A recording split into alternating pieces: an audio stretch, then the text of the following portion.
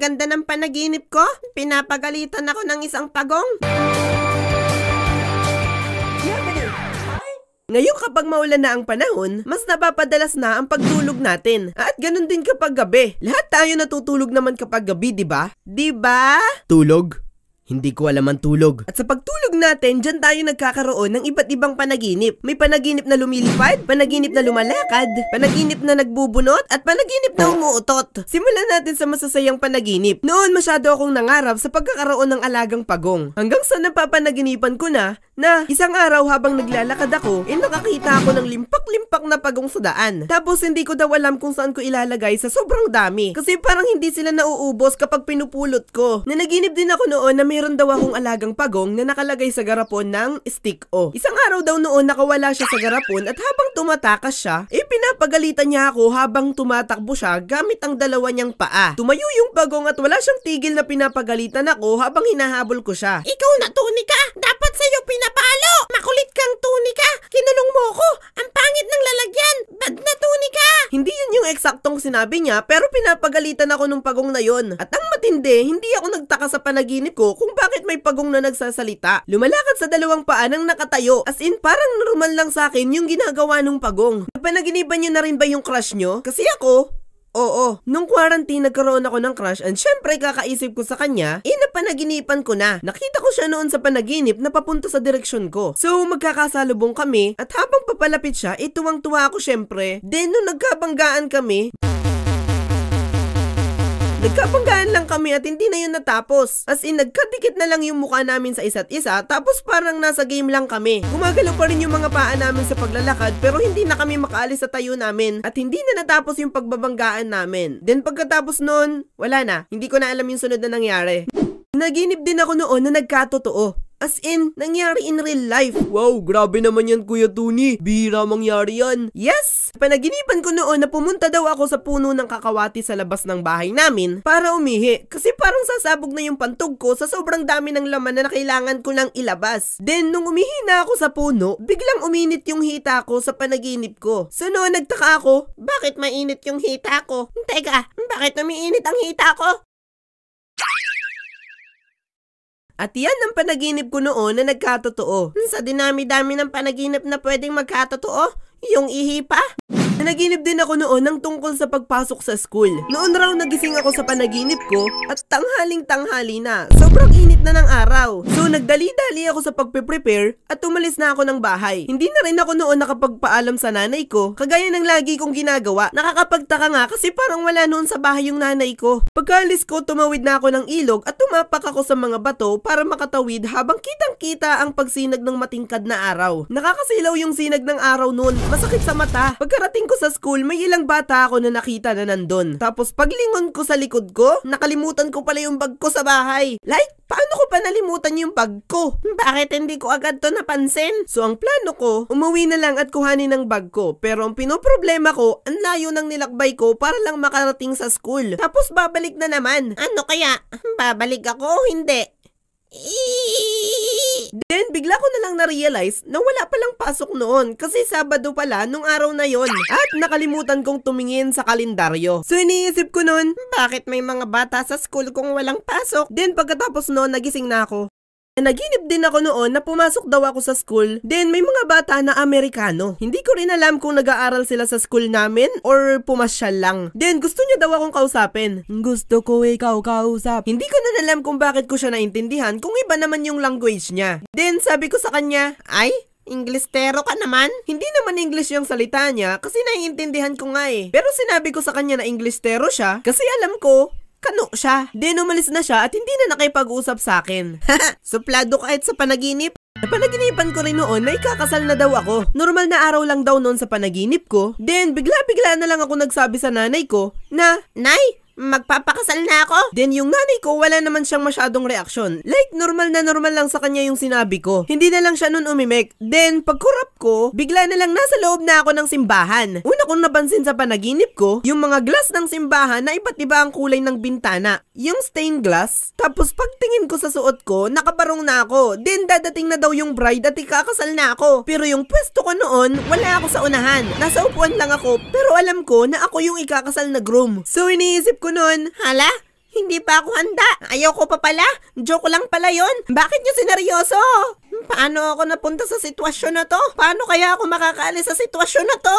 Ayaw ko pa pala ikasal. Mahirap. Then bigla na akong nagising.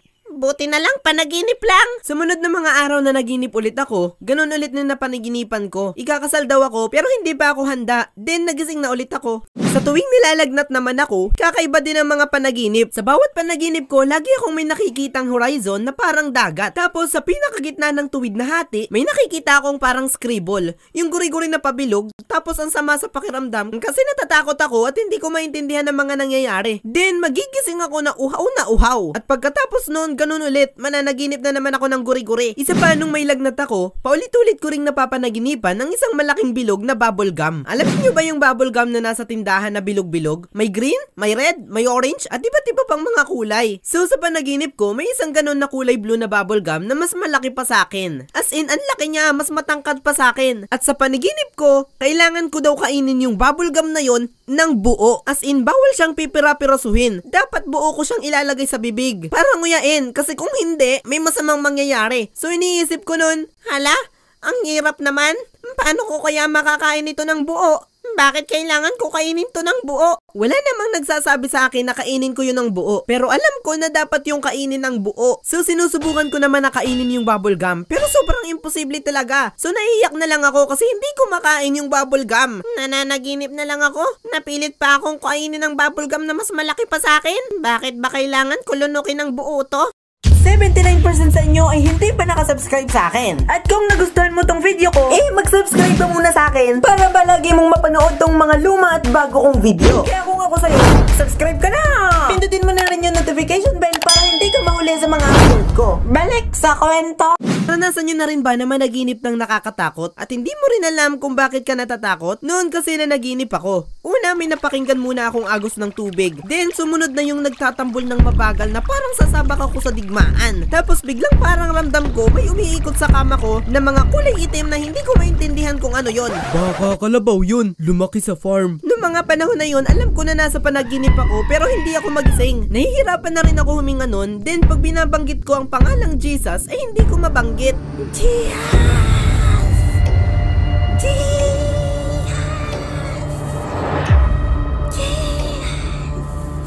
Parang nakakapos ako ng hininga.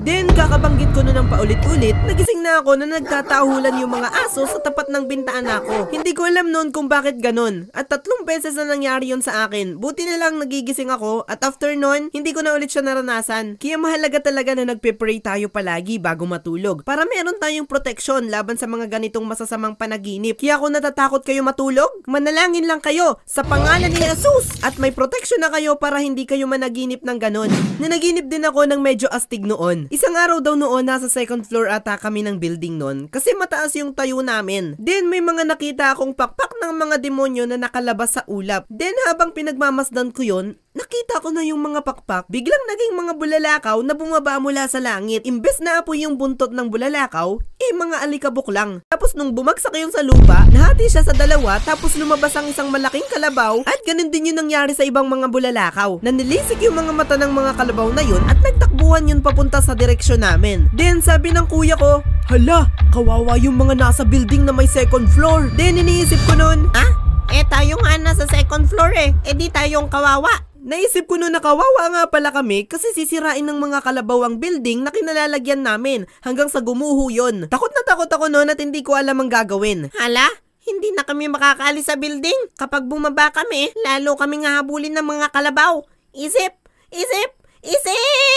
Di naisip ko noon bigla, ito na ba ang wakas? Saan kaya sa Bible ito nakasulat? Babasahin ko nga mamaya kung nasaan. Then nakita ko naman sa kabilang direksyon ng building yung malaking baha na rumaragasa malayo sa amin. Hindi papunta sa amin yung direksyon ng baha, kundi pahalang. Then pagtingin ko sa baba ng building, may mga taong nakahuli na sa mga kalabaw gamit yung malaking kadena. At hindi na nananakit yung mga kalabaw. Parang bumait na sila. Ang iniisip ko nun, paano nila nahuli yung malalaki at matatapang na kalabaw na yun? Then doon na natapos yung panaginip ko. Pagkagising ko, sinabi sa akin ng nanay ko na pinasok daw daw kami nagmagnanakaw at nakita ko nga yung pinto namin na binutas malapit sa lock at sinabi ng nanay ko sa akin na naabutan daw nila yung mga drawer namin na nakabukas lahat at parang hinalwat. So ibig sabihin habang nananaginip ako, nangyayari na rin yung pagpasok ng magnanakaw. Then pagkatapos ng ilang buwan, nahuli na rin daw yung magnanakaw na pinaghihinalaan na pumapasok sa mga bahay. Kung nahuli yung kalabaw sa panaginip at nahuli rin yung magnanakaw, hindi kaya yung magnanakaw at yung kalabaw ay iisa?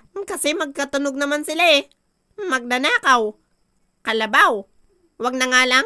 Nanaginip din ako noon na nakaupo daw ako sa loob ng classroom namin. Then may babaeng dumaan sa harapan ko at pumunta siya sa aking likuran. Then doon ko naramdaman na may mga demonyo na sa likuran ko na sobrang dami at lahat sila nagsasalita ng masama sa akin. At yung boses nila sumusuot lahat sa tenga ko. Nararamdaman ko yung sakit sa butas ng tenga ko na parang sinisiksikan dahil sa sobrang dami ng boses nila na sa tenga ko lang lahat pumapasok. Then ang hirap din nun gumising. Then pinipilit ko na banggitin ang word na Jesus pero ang hirap banggitin. Pinipilit kong igalaw ang aking katawan para magising ako pero ang hirap. Sinusubukan ko rin magsalita pero hindi ko magawa. Then patuloy ko lang binanggit ang name na Jesus hanggang sa magising ako. Nanaginip din ako noon na hinahabol ako ng mabilis na dinosaur pero yung takbo ko ganito lang. Mabagal sobra at sobrang kaba ko nun kasi ang bilis nung dinosaur sa likod ko tas ako sobrang bagal lang. Pero hindi niya naman ako naaabutan at ang tagal-tagal ko nang tumatakbo pero ganun pa rin. Hindi niya ako inaabot. Palapit na siya ng palapit sa akin at natatakot na ako. Din pagkatapos nun nagising na ako. Bakit kaya ganun ang mga panaginip ko? Parang ewan. Hello mga ka-dino! Yay! Meron nga pala akong ipapakilala sa inyo. Yay! Kilala niyo ba si Jesus? Tama! Siya yung namatay sa krus para bayaran yung ating mga kasalanan. At alam mo ba na mahal ka niya? Ang sabi sa Biblia na kanyang mga salita sa John 3:16, sapagkat gayon na lamang ang pag-ibig ng Diyos sa sangkatauhan, kaya ibinigay niya ang kaisa-isa niyang anak upang ang sino mang sumampalataya o maniwala ay hindi mapahamak kundi magkaroon ng buhay na walang hanggan. Mahal na mahal ka daw ng Diyos, kaya ibinigay niya si Jesus para sa'yo. At alam mo ba, sabi sa Bible, kung ipapahayag ng iyong bibig na si Jesus ay Panginoon at buong puso kang sasampalataya na siya'y muling binuhay ng Diyos, maliligtas ka. Kailangan din daw pala na sabihin ng ating bibig na siya ay Panginoon na tagapagligtas natin. Kaya ngayon, mananalangin tayo at susundan mo ko. Pikit lang ikaw. Tapos, sabihin mo kung ano yung sinasabi ko. Handa ka na ba? Simulan na natin. Panginoon, maraming salamat po sa pagkamatay mo sa krus para tubusin ako sa aking mga kasalanan. Patawarin mo po ako sa lahat ng aking mga pagkakasala. Tinatanggap kita, Jesus, sa aking buhay bilang Panginoon ko at tagapagligtas.